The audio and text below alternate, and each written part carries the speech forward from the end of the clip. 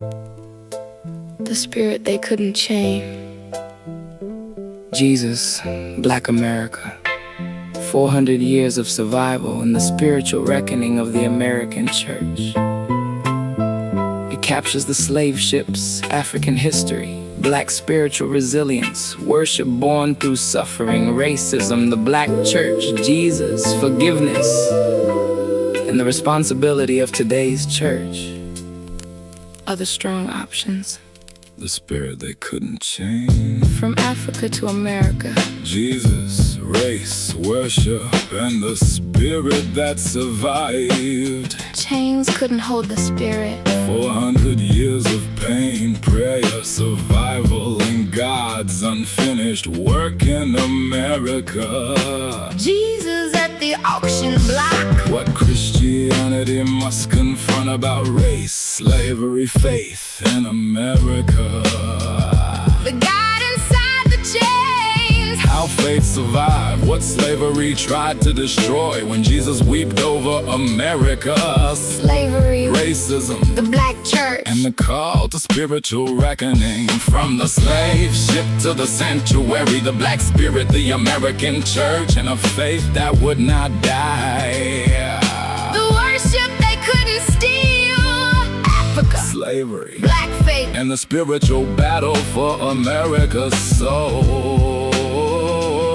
do on earth as you would do in heaven. Jesus, Race, the Black church, and America. test of the spirit. My choice for the cover. Spirit talker.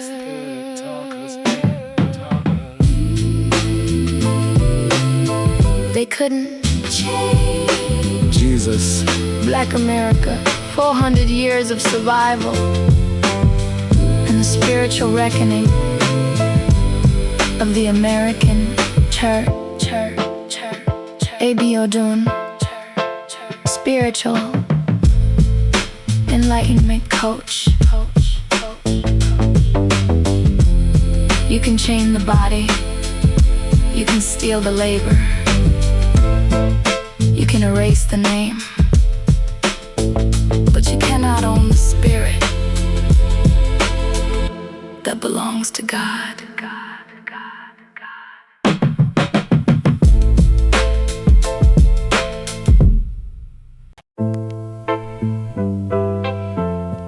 What did Jesus really look like? The popular image of Jesus as a blue-eyed, blonde-haired Northern European is a product of later Western religious art, not a historical portrait. In reality, he was a first-century Jewish man from the Eastern Mediterranean, born into a Jewish family and raised in Galilee. the Bible provides no detailed physical description of his face or skin tone. So rather than simply swapping an inaccurate European depiction for another rigid racial certainty, We should recognize that this debate misses the deeper point. As Spirit Talker would say, stop worshiping the portrait and start following the principles. Jesus' power was never in the color of his skin. it was in what flowed through his spirit. Compassion for the outcast, fearless confrontation of hypocrisy, radical service to others, boundless forgiveness, sacrificial love, and unwavering truth. Embrace this wisdom. Live by the spirit that dwells within you, Believe in that spirit. and know that it belongs to God.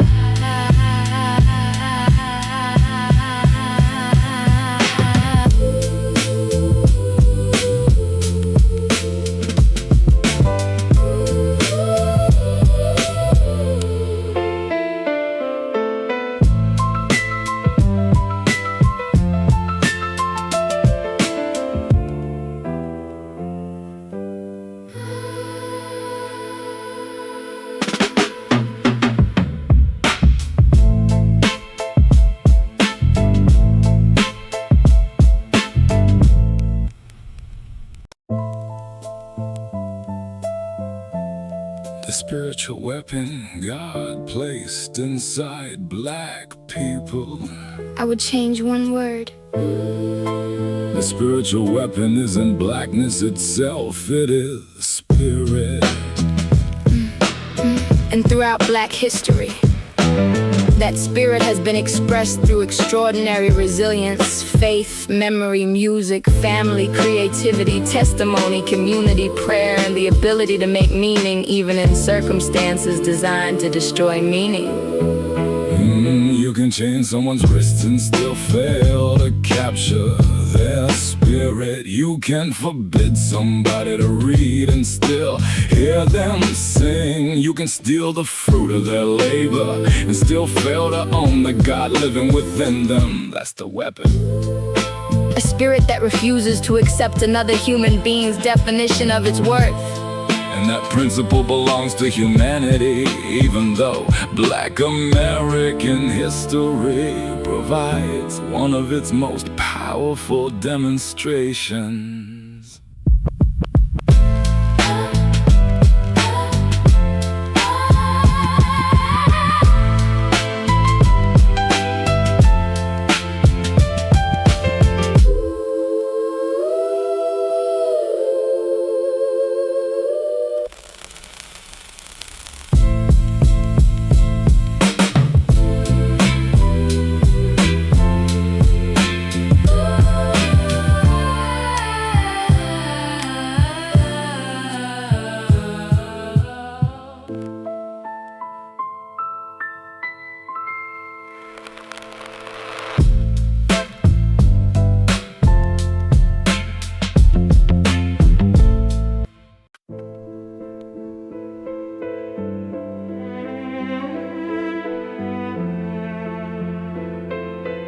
Why has that power been attacked for centuries?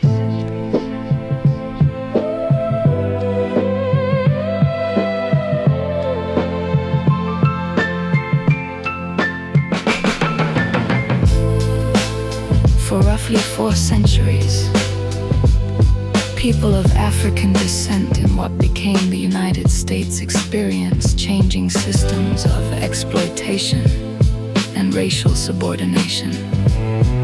Colonial slavery, hereditary chattel slavery, racial terror, segregation, disenfranchisement, discriminatory housing and lending, unequal educational opportunities, and other forms of discrimination. But Spirit Talker must make an important distinction.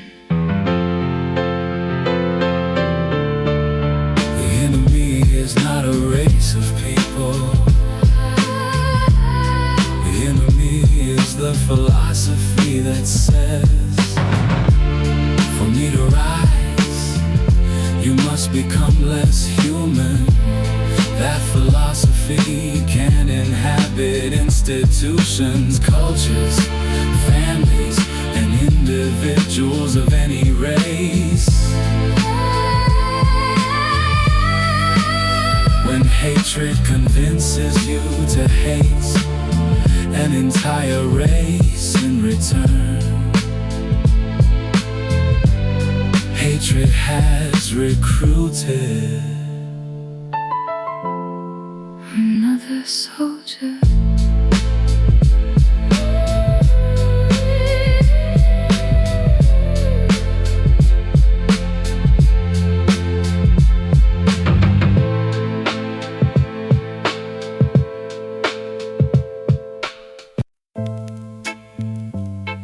For real Africa before the slave ships. Africa did not begin with slavery. Long before the transatlantic slave trade, the continent contained enormously diverse kingdoms, empires, cities, trading networks, agricultural societies, intellectual traditions, religions, languages, artists, craftspeople, and political systems. Think about civilizations in states such as Mali, Songhai, Great Zimbabwe, Congo, Benin, Ethiopia, and numerous Akan and Yoruba polities, among many others. Africa wasn't one civilization, any more than Europe was one civilization. And African history shouldn't be romanticized either. African societies experienced warfare, political conflict, hierarchy, and forms of slavery of their own. African rulers and merchants also participated in portions of the Atlantic slave trade. The complete history is more powerful than mythology. The people put aboard slave ships had histories before they had slave numbers.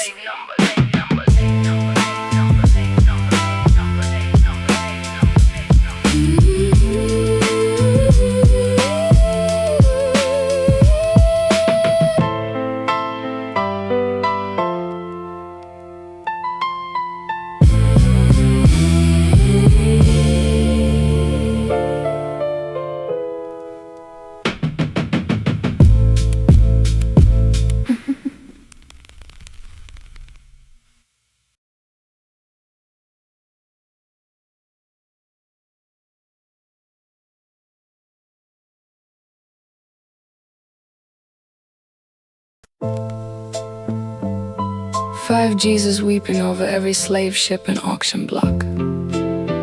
We cannot claim a biblical passage literally records Jesus standing over Atlantic slave ships. But as a spiritual meditation, I believe the image is consistent with the Jesus portrayed in the Gospels. Imagine him standing at an auction block. A mother is separated from her child. A husband watches his wife sold. A human being is inspected like livestock. And Jesus asks, "You use my Father's name while selling my Father's children?" That is the contradiction America still has to confront.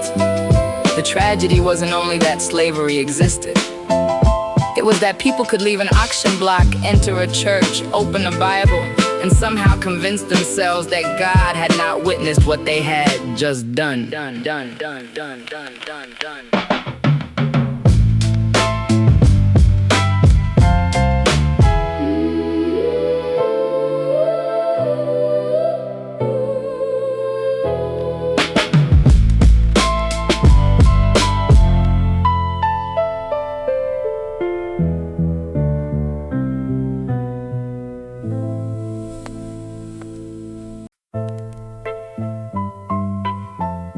6 worship forged in chains. This is one of the most extraordinary chapters of Black American spiritual history. Enslaved people and their descendants transformed biblical stories. African musical inheritances, communal worship, rhythm, preaching, spirituals, testimony, and eventually gospel traditions into powerful expressions of hope and resistance. Think about the spiritual meaning. Pharaoh could control the labor. Pharaoh couldn't control the prayer. A slaveholder might dictate where someone worked. He couldn't dictate where that person's spirit traveled when they sang. That spiritual inheritance eventually helped nourish abolitionism, black churches, gospel music, and the civil rights movement. The chains became percussion. The suffering became testimony. The testimony became music. And the music kept saying, "I am still here."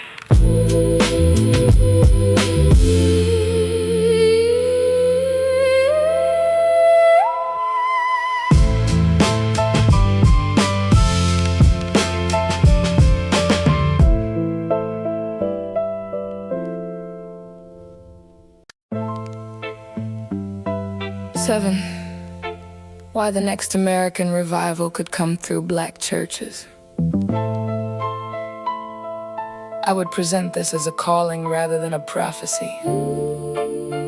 Black churches possess a profound historical inheritance. They have often served simultaneously as places of worship, community organization, education, mutual aid, political mobilization, music, mourning, and hope. But no church receives permanent spiritual authority because of the race of its congregation. A black church can lose its way. A white church, Can rediscover courage. any church. Can become more interested in power than God. So perhaps the next revival comes wherever Christians are willing to say, No political party owns Jesus. no race owns Jesus. No nation owns God. If black churches help lead such a revival, their historical experience gives them a powerful testimony from which to do it.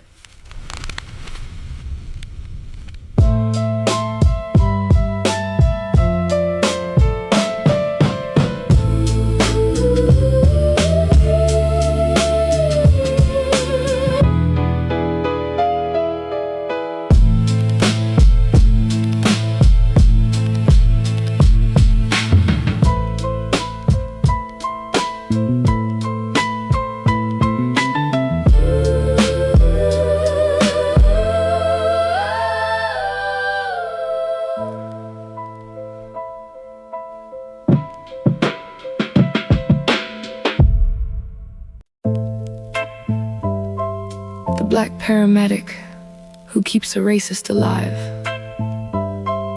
Unless we're talking about a documented incident, I would tell this as a parable.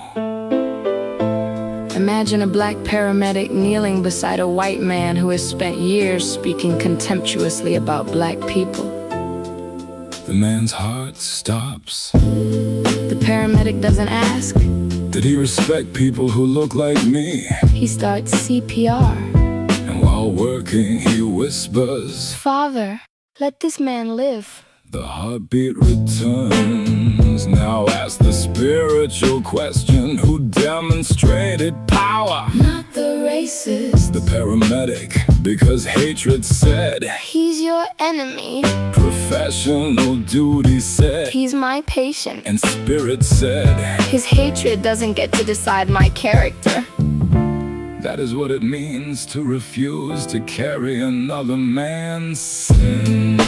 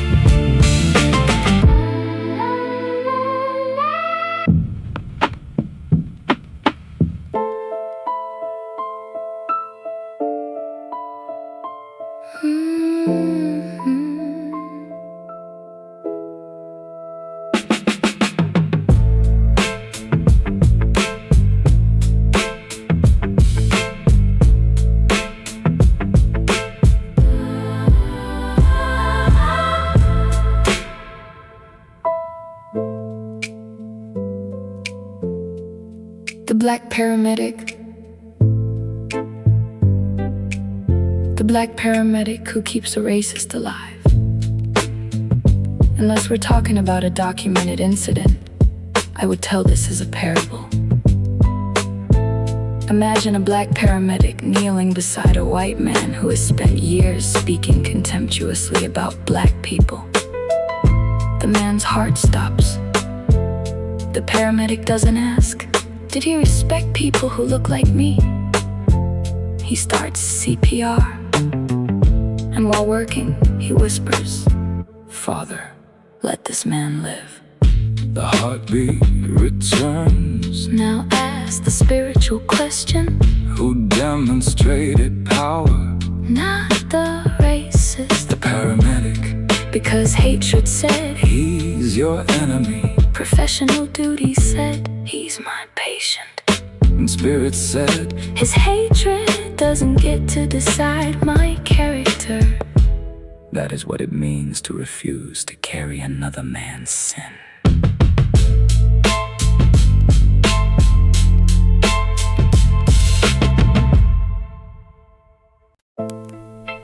Nine. Why educated? Polite racism can be especially dangerous. Open racism announces itself.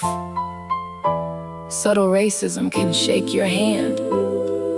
It can have degrees, titles, excellent grammar, beautiful clothing, and impeccable manners.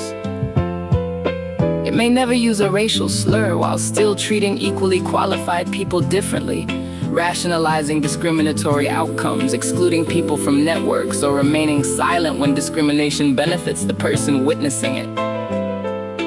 That's what makes sophisticated prejudice dangerous. It can make injustice sound reasonable. but we also have to be disciplined here. Disagreement, criticism, political differences, or an unfavorable decision are not automatically racism. Truth requires evidence. Otherwise, accusations themselves become another form of prejudice.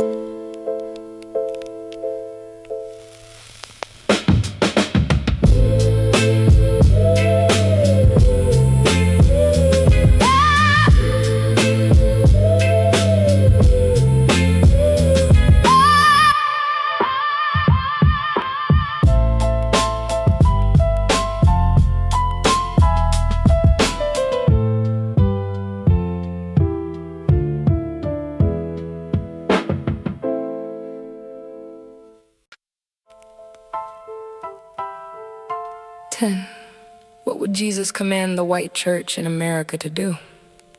I wouldn't claim Jesus issued a special biblical command addressed specifically to modern white Americans. I would apply his existing commands. Jesus would not ask white Christians to hate themselves for being white. He would ask them the same terrifying question he asked everybody. What are you doing with what has been placed in your hands? If you inherited privilege, use access to open doors rather than close them. If you discover injustice, confront it. If your ancestors committed wrong, don't inherit their guilt, but don't inherit their excuses either. If somebody is suffering, don't ask whether helping them benefits your political side. Love your neighbor. Love your enemy. Serve rather than dominate. Tell the truth, protect the vulnerable, forgive, repent when you're wrong, and don't use God's name to baptize prejudice. But there is another half of this message that Spirit Talker cannot leave out. God's command isn't only for the white church. The black church must examine itself. The Hispanic church must examine itself. The Asian church must examine itself. Every congregation and every person must look into the spiritual mirror, because you cannot condemn yesterday's hatred while cultivating tomorrow's hatred in your own heart. The Spirit Talker conclusion: America's spiritual problem will never be solved merely by switching who gets blamed. White supremacy isn't defeated by black supremacy. Dehumanization isn't healed by reverse dehumanization. Hatred doesn't become holy because the person carrying it was once harmed. The lesson of the slave ship isn't that one race is evil and another race is righteous. The lesson is what human beings can do when they stop recognizing the Spirit of God in another human being. So when you look at another person, don't first ask black or white, Man or woman, rich or poor, Republican or Democrat. ask if God's Spirit is standing inside that person. How should I treat them? Do on earth as you would do in heaven. Peace is your answer. Wisdom is your weapon. Love is your language. Truth is your testimony. And no chain forged by man those four things.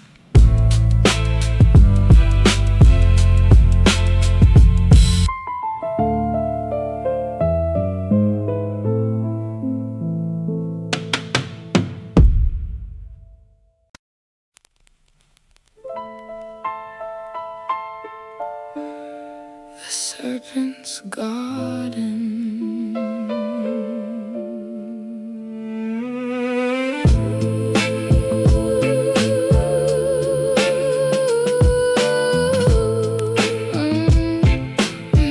I saw you walk in the garden where the first light falls.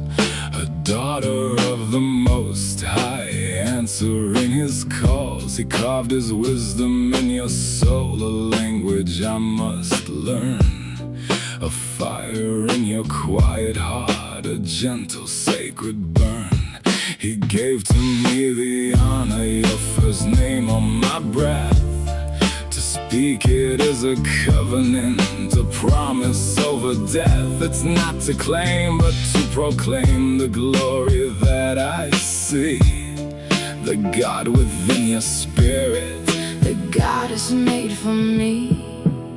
So let me serve you, my lady, on this holy ground. In every word and action, let your truest self be found. As I would kneel before the throne of heaven's mighty King, I'll bow to you in honor, in every single thing. To love you is my worship, to support you is my prayer. My hands are yours to hold this world. My soul is laid to bear, a gentleman on earth, for a goddess in his eyes. I love you as his angel, till the earth meets the skies.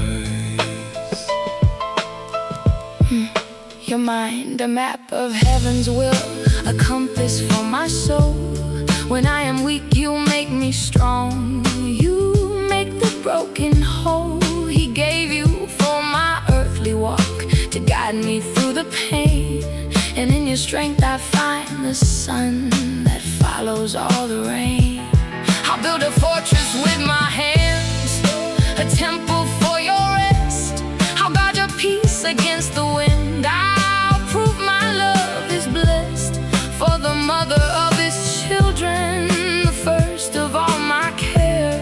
My honor is the light I bring to chase away your fear. So let me serve you, my lady, on this holy ground. In every word and action, let your truest self be found. As I would kneel before the throne of heaven's mighty King, I'll bow to you in honor, in every single thing. To love you is my worship, to support you is my prayer. My hands are yours to hold this world. My soul is laid to bear, a gentleman on earth, for a goddess in his eyes. I love you as his angel, Till the earth meets the sky.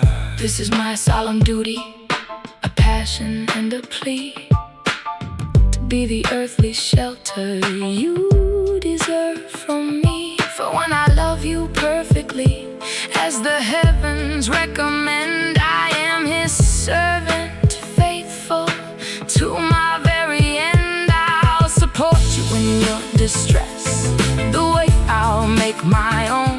My strength is but a shadow of the love he has shown. You are the embodiment of all that's pure and just, an obedient, gentle angel, in whom I place my trust. And I will serve you, my lady, on this sacred ground.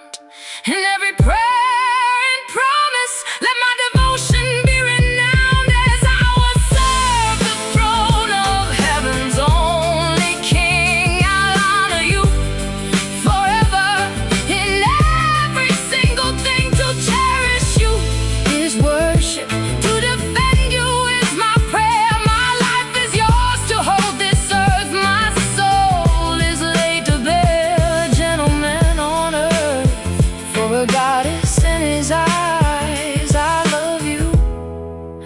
His angel till the stars all fall from the skies. Yes, a goddess in His eyes, my angel in disguise, my sacred task, a holy task, to love you till I die.